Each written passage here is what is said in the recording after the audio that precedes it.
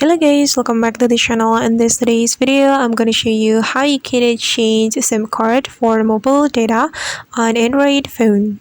Alright guys, first of all, open your settings application on your Android phone. Then you're going to tap on the connection setting. And after the connection setting opened, you can tap on the SIM card manager.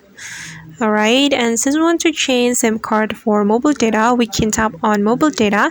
And here, as you can see, that I'm using my SIM 2 for my mobile data, and I'm going to switch to SIM 1, so we can tap on SIM 1. Okay, and just wait for a moment. Okay, and now this SIM1 will be used for mobile data. And actually, there is a quick way to switch SIM card for mobile data. We can go to the notification panel. Then we can tap on the mobile data right here.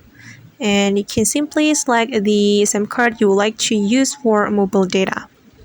And I guess that's how we can change SIM card for mobile data on Android phone. I hope this tutorial will be useful for you. Thank you so much for watching, and see you on the next video.